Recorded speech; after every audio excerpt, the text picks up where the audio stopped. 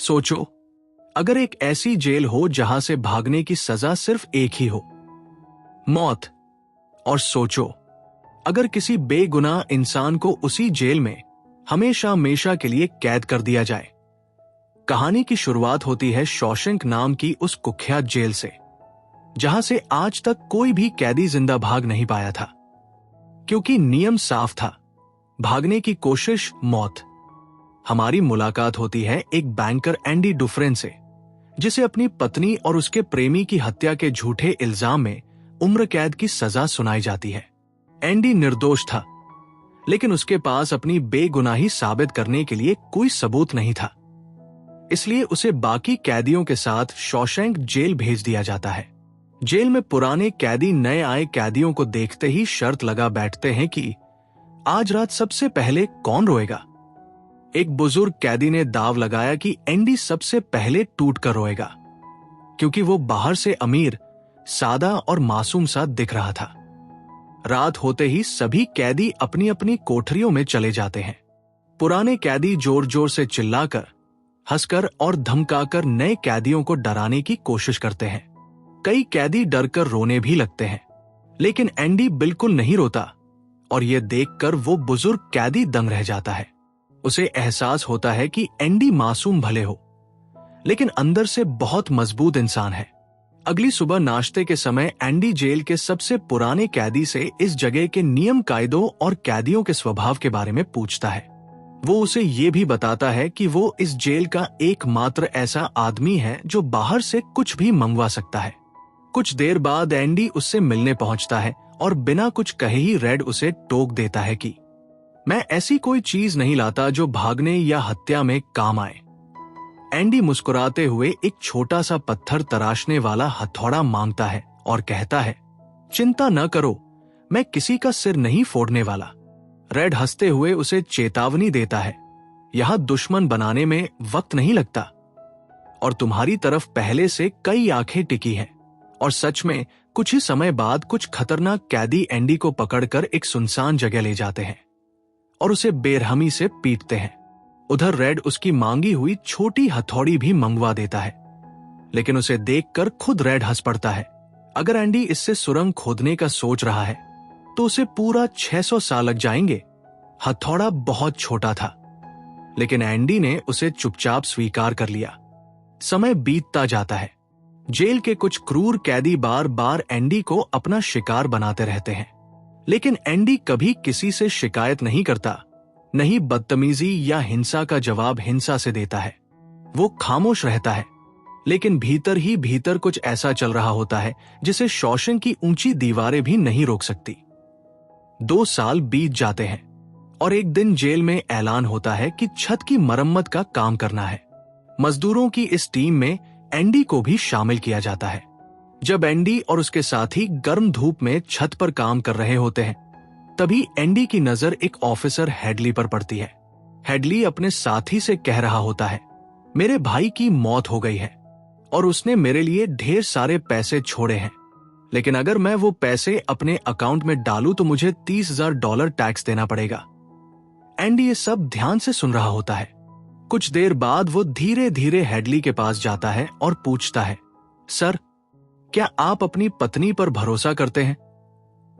Headley को यह सवाल बेहद अजीब लगता है। वो गुस्से में एंडी का कॉलर पकड़ लेता है, उसे छत से धक्का देने तक की कोशिश करता है। तभी एंडी जल्दी से बोलता है, अगर आप अपनी पत्नी पर भरोसा करते हैं तो पैसे अपने अकाउंट में मत डालिए, उन्हें अपनी पत्नी के नाम गिफ्ट कर दीजिए। अमेरिकन लॉ के हिसाब से पत्नी को दिए गए गिफ्ट पर टैक्स नहीं लगता। हेडली रुक जाता है, चौंक जाता है। एंडी आगे कहता है, बाकी डॉक्यूमेंटेशन मैं कर दूंगा, अगर बाहर के वकील से कराएंगे तो हजारों डॉलर लगेंगे, लेकिन मैं पहले बैंकर था, मुझे सब पता है। हेडली पूछता है, इसके बदले में तुम्हें क्या चाहिए? एंडी मुस्कुराता है और कहता है, कुछ नहीं, बस मेरे दोस्तों को ठंडी बियर पिला दीजिए। अगले दिन छत पर वही दृश्य दिखाया जाता है।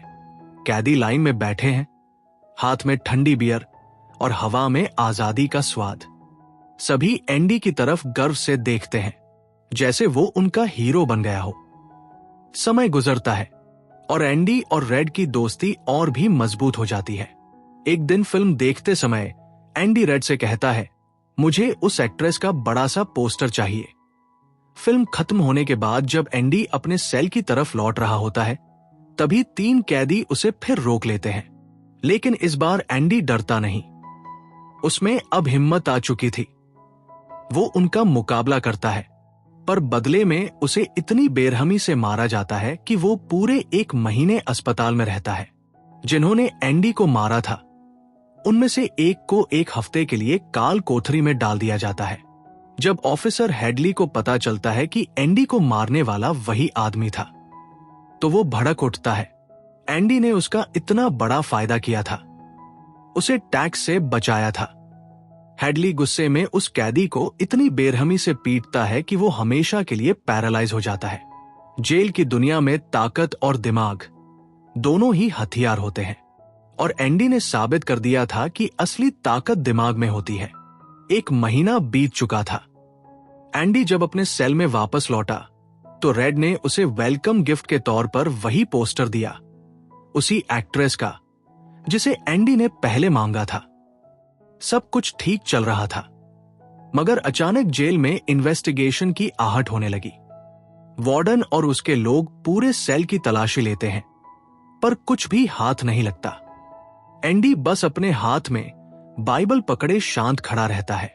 यहां तक कि बाइबल भी उनसे ली जाती है, पलटी जाती है और फिर वापस कर दी जाती है। असल में तलाशी तो सिर्फ एक बहाना था।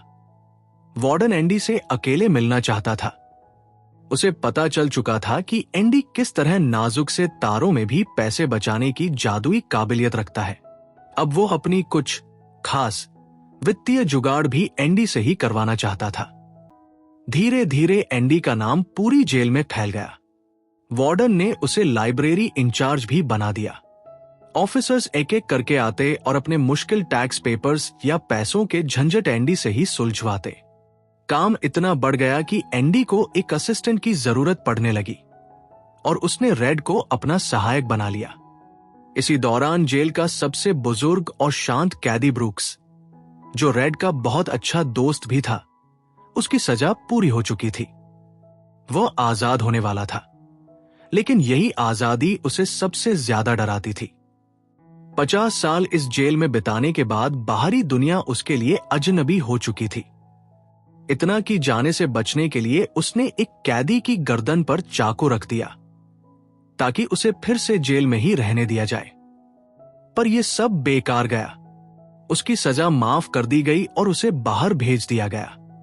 ब्रूक्स को आजादी मिली, मगर यह आजादी उसकी कैद से भी भारी साबित हुई। तेज रफ्तार दुनिया, नए लोग, नए तरीके, सब देखकर वो अंदर ही अंदर टूटने लगा। और एक दिन अकेलेपन और डर से भरकर उसने अपनी जान दे दी। मरने से पहले उसने एंडी और रेड के नाम खत छोड़ा था, जिन्हें पढ़कर दोनों के दिल भारी हो गए। ब्रूक्स का जाना शॉशैंक की ठंडी दीवारों में जैसे एक और दरार जोड़ देता है। उधर जेल के अंदर एक और गंदा खेल चल रहा था। वार्डन ने एक नया फैसला लिया। वो अब कैदियों को जेल से बाहर ले जाकर मेहनत करवाएगा।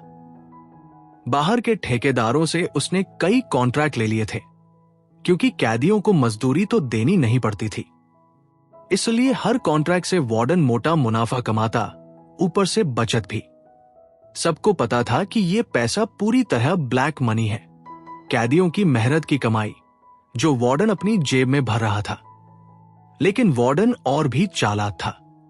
उसे पता था कि इस काले धन को सफेद बनाना है, इसलिए वो सारे पैसे एक ऐसे आदमी के नाम पर जमा करने लगा, जो कई साल पहले मर चुका था।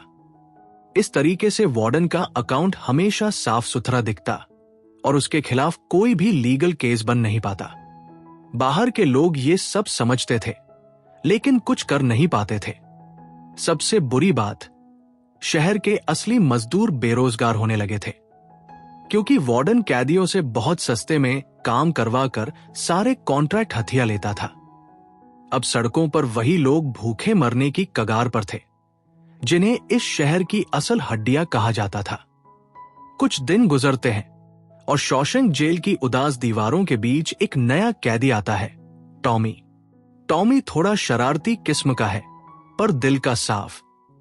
जल्द ही वो सबका दोस्त बन जाता है और उसे सबसे अच्छा इंसान कौन लगता है? एंडी। लेकिन जब टॉमी को पता चलता है कि एंडी किस केस में यहां आया है, तो उसके चेहरे पर गहरा दुख उतर आता है।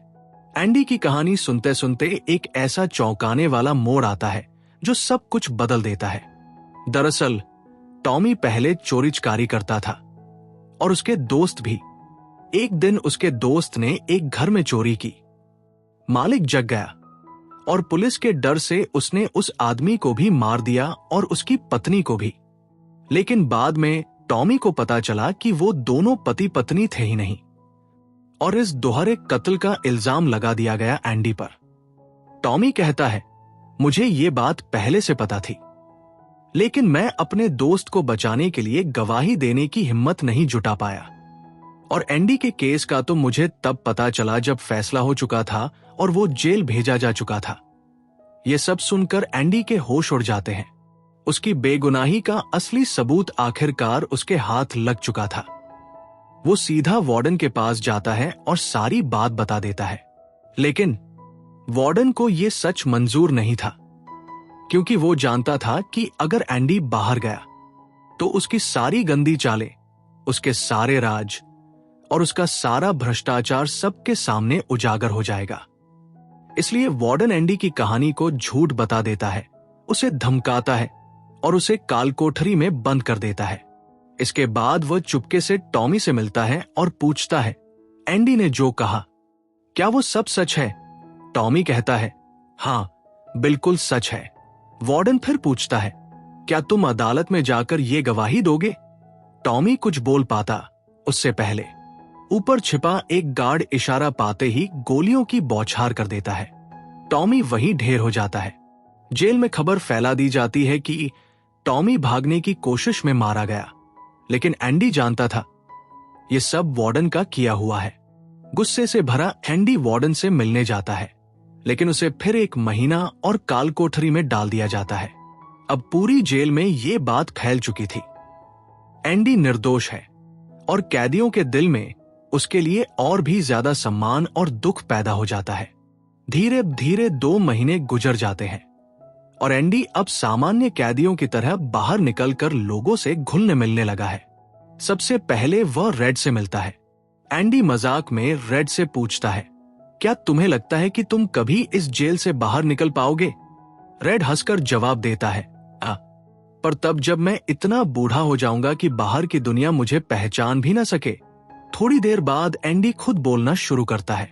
वो रेड को बताता है कि अगर वह कभी इस जेल से बाहर गया तो सीधे मैक्सिको पहुंचेगा, एक ऐसी जगह जहां की समुद्री हवा उसे हमेशा जन्नत की याद दिलाती है। वो कहता है, वहां मैं एक छोटा सा रिसोर्ट बनाऊंगा और एक पुरानी यॉट खरीदकर उसे ठीक करूंगा, जैसे तुम जुगाड़ करके जेल के अंदर सामान लाते हो, वैसे मैं अपनी जिंदगी जोड़ूंगा। दोनों हंसते हैं, लेकिन तभी रेड का चेहरा गंभीर हो जाता है। वह एंडी को चेतावनी देता है, उम्मीदें इंसान को पागल बना देती हैं। यहां बेहतर है कि सपने न देखो। लेकिन एंडी उसकी बात अनसुनी कर देता है। वह मुस्कुराकर रेड से कहता है, मेरे लिए एक वादा करोगे? जब तुम आजाद हो जाओ तो एक जगह जाना। वहां एक पुराना बहुत बड़ा दरख्त है, उसके पास पत्थरों की एक छोटी दीवार बनी है। उन पत्थरों में एक काला पत्थर मिलेगा, उसे उठाना। उसके नीचे तुम्हें एक डिब्बा मिलेगा, उसे जरूर खोलना। रेड हैरान होकर पूछता है, उस जगह में ऐसा क्या खास है?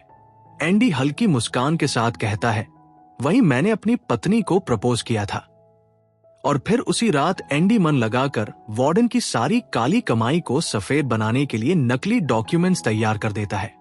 उन डॉक्यूमेंट्स के पीछे जो दिमाग चलता है वो सिर्फ एंडी का था। काम पूरा होने पर वार्डन जाते जाते एंडी को अपने कपड़े और जूते इस्त्री और पॉलिश करने को देता है। एंडी कुछ नहीं कहता, बस चुपचाप काम में लग जाता है। लेकिन उसी रात एंडी बहुत परेशान दिखता है। रेड को लगता है कि एंडी शायद खुदकुशी कर लेगा। वार्डन और गार्ड्स का रुख भी उसके प्रति बेहद जालिम हो चुका था। रात बेहद भारी गुजरती है और जैसे ही सुबह होती है, कैदियों के सभी सेल खुल जाते हैं। सिर्फ एंडी का सेल नहीं खुलता। रेड का दिल धक से रह जाता है। पूरी जेल में फुसफुसाहट फैल जाती है। गार्ड घबराकर एंडी का सेल चेक करता है और बाहर आकर कहता है वो अंदर नहीं है। दूसरी ओर वार्डन तैयार होकर जैसे ही अपने जूते पहनने लगता है, उसे अपने जूते के डिब्बे में एंडी के पुराने जूते मिलते हैं। वार्डन समझ जाता है कुछ बहुत बड़ी गड़बड़ है। पूरी जेल में अलार्म बज उठता है, एक ऐसा अलार्म जिसे आज तक किसी कैदी ने नहीं सुना था। ये अलार्म था किसी कैदी के जेल तोड़कर भाग जाने का। वार्डन खुद एंडी के सेल में पहुंचता है। वो रेड को बुलाकर पूछता है, बताओ एंडी कहाँ है? रेड के पास कोई जवाब नहीं होता। वार्डन गुस्से में फर्श के पत्थर उठाकर गार्ड्स और रेड की तरफ फेंकता है। पत्थर दीवार से टकराता है और पोस्टर को फाड़कर अंदर गिर जाता है। सब हैरान रह जाते हैं। पोस्टर हटाकर देखते हैं, दीवार के पीछे एक लंबी, पूरी तरह से बनाई गई सुरंग थी। रेड समझ जाता है कि एंडी ने यह सुरंग उसी छोटी हथौड़ी से बनाई थी जिसे रेड ने उसे सालों पहले दी थी। एंडी हमेशा सबकी सोच से आगे निकला था। अब हमें एंडी की साइड दिखती है, कैसे उसने धीरे धीरे सालों तक दीवार को खोदकर सुरंग बनाई। हर दिन वह मिट्टी को अपनी जेब में छिपाकर जेल के मैदान में चुपके से फैला देता था। आखिरकार वो दिन आ गया जब सुरंग पूरी हो चुकी थी। आखिरी रात एंडी ने वार्डन के नए कपड़े पहन लिए, उसके चमकदार जूते पहन लिए और अपने पुराने कपड़े जूते के डिब्बे में रख दिए। रात को लाइट्स बंद होते ही एंडी टॉर्च जलाकर सुरंग में घुस जाता है। सुरंग के बाद वह गंदे, बदबूदार सीवेज पाइप में उतरता है। लगभग 2 किलोमीटर तक रेंगते हुए वह आखिरकार बाहर निकल जाता है, आजाद। आजादी की हवा उसके चेहरे पर पड़ती है और बारिश उसे धो देती है। सवेरे होते ही एंडी उस बैंक पहुंचता है जहां वार्डन की सारी काली कमाई छुपी थी। क्योंकि एंडी के पास सारे डॉक्यूमेंट्स और अधिकार थे, वो बहुत आराम से सारे पैसे अपने अकाउंट में ट्रांसफर कर लेता है। ये सारी प्लानिंग असल में एंडी ने जेल के पहले दिन से ही शुरू कर दी थी। वार्डन का जो अकाउंट भी उसने खोला था वो अपने डैड के नाम पर खोला था, ताकि जब वो पैसे अपने पास ट्रांसफर करें तो किसी को शक भी ना हो पाए। मूवी के एंड पे ना सिर्फ एंडी आजाद हुआ था, बल्कि वो मालामाल भी हो गया था, और ये अमाउंट भी कोई छोटी नहीं थी। $3,70,000 थे। ऐसी चालाकी जिसकी किसी को भनक तक नहीं लगी। उसके बाद एंडी मीडिया और अदालत में वो सारे सबूत भेज देता है जिसमें वार्डन की भ्रष्ट कमाई, टॉमी की हत्या, जेल की काली करतूतें सब शामिल थे। एंडी निर्दोष साबित हो जाता है। जेल से भागने का जुर्म भी माफ कर दिया जाता है क्योंकि उसने अधिकारियों की मदद की थी। जब वार्डन को यह सब पता चलता है, वो घबराकर अपनी तिजोरी खोलता है। उसे अंदर एंडी की वही बाइबल मिलती है जिसे पहले दिन एंडी ने उसे दी थी।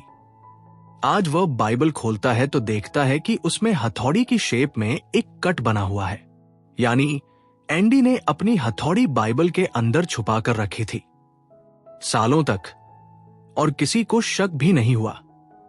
पहले पन्ने पर एंडी का मैसेज लिखा था, सैल्वेशन लाइज विद इन। यही पढ़कर वार्डन टूट जाता है और कहानी में उसका दुखद अंत हो जाता है। उधर दूसरी तरफ हमें दिखाया जाता है कि अच्छे व्यवहार की वजह से रेड की बची हुई सजा भी माफ हो जाती है। जेल के इतने लंबे सालों के बाद अब उसे भी आजादी मिल चुकी थी। बाहर आने पर उसे उसी कमरे में ठहराया जाता है जहां कभी उनका बुजुर्ग दोस्त ब्रुक्स रहा करता था। लेकिन असली कैद तो अब शुरू होती है।